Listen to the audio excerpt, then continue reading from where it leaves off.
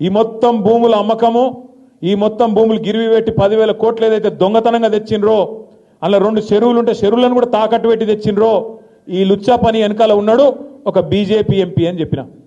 పేరు చెప్పురు సార్ అని మొత్తం ప్రెస్ వాళ్ళు అడిగారు. నేను పేరు చెప్పా, వాడు దొంగ, ఇప్పుడు దొంగతనం సగంలో ఉన్నాడు, దొంగతనం అయినాక మీకు చెప్తా అని చెప్పిన. దొంగ నిన్న బయటపడ్డాడు.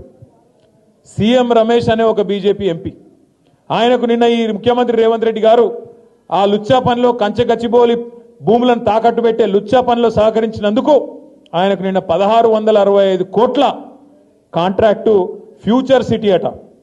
ఎవరి ఫ్యూచర్ కోసమో నాకైతే తెలియదు. ఫ్యూచర్ సిటీ అట. ఆ ఫ్యూచర్ సిటీకి రోడ్ వేస్తున్నట. ఆ రోడ్డు 1665 కోట్ల రూపాయలతో వేస్తున్నట. దానికోసం బీజేపీ ఎంపీకి కాంగ్రెస్ ముఖ్యమంత్రి గారు మరి అవార్డు చేసిండ్రు, ఆయనకి ఇచ్చిండు కాంట్రాక్ట్. నేను అడుగుతున్నా, ఇది అక్రమ సంబంధం కాదా? కాంగ్రెస్ ప్రభుత్వంలో రాహుల్ గాంధీ గారు కళ్ళు మూసుకున్నావా పండుకున్నావా? 1665 కోట్ల కాంట్రాక్టు ఒక బీజేపీ ఎంపీ, ఆంధ్ర ప్రాంతానికి సంబంధించిన ఎంపీకి వస్తుంటే నువ్వెందుకు స్పందిస్తలేవు? బీజేపీ ఎందుకు స్పందిస్తలేదు?